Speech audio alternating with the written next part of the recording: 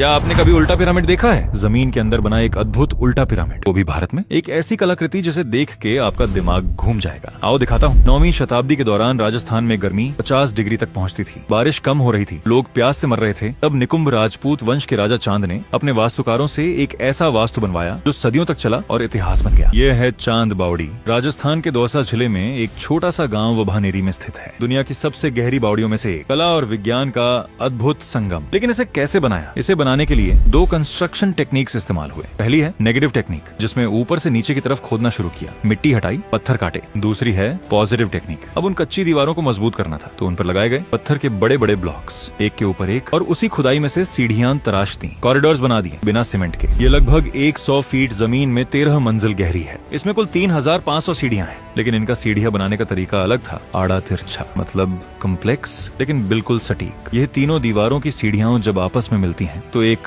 Pattern बनता है, और वो पैटर्न है त्रिभुजों का एक जादुई जाल। अगर ध्यान से देखें तो यह पूरी बॉडी एक सिमेट्रिकल जियोमेट्रिक क्यूब है, हर तरफ से एक जैसी, बिल्कुल परफेक्ट। यही वजह है कि यह एक ऑप्टिकल इल्यूजन बनाता है, जैसे कोई अनंत भूल भुलैया हो। लेकिन ऐसा पैटर्न क्यों? जब सैकड़ों लोग एक साथ पानी लेने आते थे तो नीचे जाने वाले अलग रास्ते से जाते थे, ऊपर आने वाले अलग रास्ते से आते थे। कोई भगदड़ नहीं। ये था 9वीं सदी का क्राउड मैनेजमेंट सिस्टम। अगर आप इसे ऊपर से देखो तो चौड़ा दिखता है, नीचे जाते जाते संकरा हो जाता है, मतलब बिल्कुल एक उल्टे पिरामिड जैसा। लेकिन सवाल यह है, ऐसा क्यों? इसके पीछे है प्योर साइंस। सोचिए, जब आप जमीन में इतनी गहरी और संकरी खुदाई करते हैं तो क्या होता है? नरम मिट्टी अंदर की तरफ धंसने लगती है, दीवारें टूटने का खतरा होता है। लेकिन उल्टे पिरामिड की शेप में दीवारों पर पड़ने वाला दबाव चारों तरफ इक्वली डिस्ट्रीब्यूट हो जाता है। जितना नीचे जाओ उतनी दीवारें एक दूसरे को सपोर्ट करती हैं। और सबसे गहरी बात करते हैं, इसमें ज्वालामुखी का छिद्र युक्त पत्थर का इस्तेमाल किया गया था, जिसे कहते हैं पोरस वोल्केनिक स्टोन। इस पत्थर में असंख्य छोटे छोटे छिद्र होते हैं। जमीन के नीचे जो ग्राउंड वाटर होता है वो इन्हीं छिद्रों से रिस कर अपने आप बावड़ी में भरता था, यानी प्रकृति खुद पानी पहुंचाती थी। और यही पत्थर पानी को ठंडा भी रखता था, गर्मी बाहर रोकता था। और सबसे दिलचस्प बात, यहाँ की दीवारों और मंडपों में कई भगवान की मूर्तियां भी मिलती हैं। और बावड़ी के बगल में था हर्षत माता मंदिर, और चौथी दीवार पर सिर्फ राजमहल नहीं था, वहाँ था एक रंगमंच, खुला आंगन, जहाँ नृत्य होता था, नाटक होता था। पूनम की रात जब चांद की रोशनी इन 3500 सीढ़ियों पर पड़ती है तो हर सीढ़ी